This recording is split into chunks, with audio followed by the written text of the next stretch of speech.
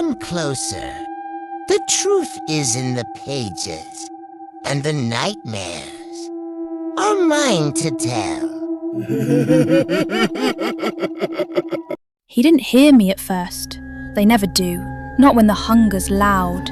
Not when they're already full of themselves. His name was Trent, tall, groomed, smiling like a wolf dressed for prom. He wore sin like cologne. It dripped from his messages, coated every swipe, every smirk, every "you up?"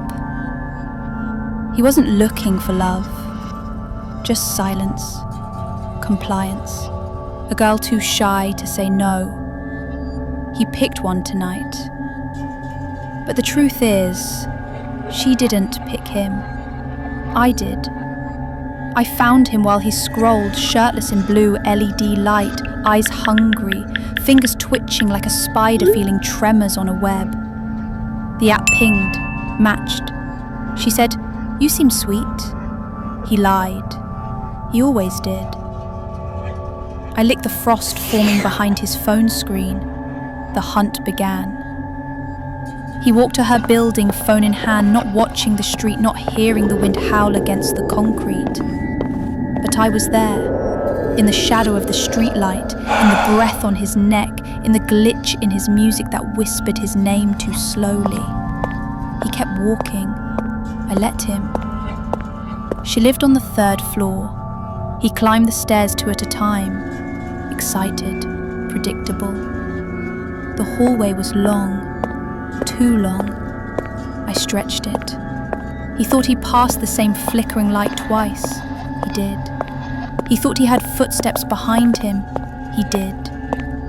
But when he turned around, nothing. I was in the wall, watching, salivating. She opened the door. He turned on the charm. Fake laughs, stolen compliments, that same recycled whine. She looked nervous. He liked that. I curled into the corners of the ceiling. He didn't notice the frost crawling along the baseboards. Didn't hear the creak of something overhead. Something that didn't breathe. She offered him a seat. He sat like he owned the couch, like she was the guest. I scraped a claw along the inside of the wall. He flinched, covered it with a grin. He made his move, too soon, too confident. His hand found her knee, his eyes locked on her lips. He leaned in, and that's when I whispered, "She doesn't want you." He froze. The girl looked up. "Did you say something?" He shook his head, smiled, but his pupils were wide, sweat on his brow, breath catching like it forgot how to escape. The room was colder. The light flickered again. I circled above them, my claws dragging slow lines into the ceiling, soft like sandpaper over skin. She stood, said she wasn't feeling well, asked him to leave. He didn't. He smirked. He reached for her wrist, and I dropped. Not fast, not loud.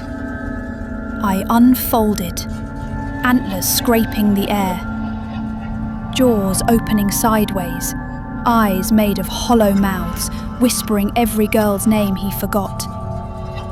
He saw me, and he wept. I didn't touch him. Not yet. I let him run. Into the kitchen, into the hallway, into doors that no longer led anywhere. She screamed. She got out. Good. She wasn't the prey. He was. He locked himself in the bathroom, hyperventilating, clutching a kitchen knife. The mirror fogged behind him, words scrawled into it from the inside. Do you remember her name? He didn't. The lights blew out. He screamed. He stabbed at the dark. The knife met flesh, but it was his own. I let him bleed. Let him crawl. Watched him babble apologies into the rug. There's no mercy in hunger. only time, only pain. And then, when he could no longer beg, I devoured everything but the screen. Now the apartment sits empty, except for frost and red stains and a phone that keeps pinging.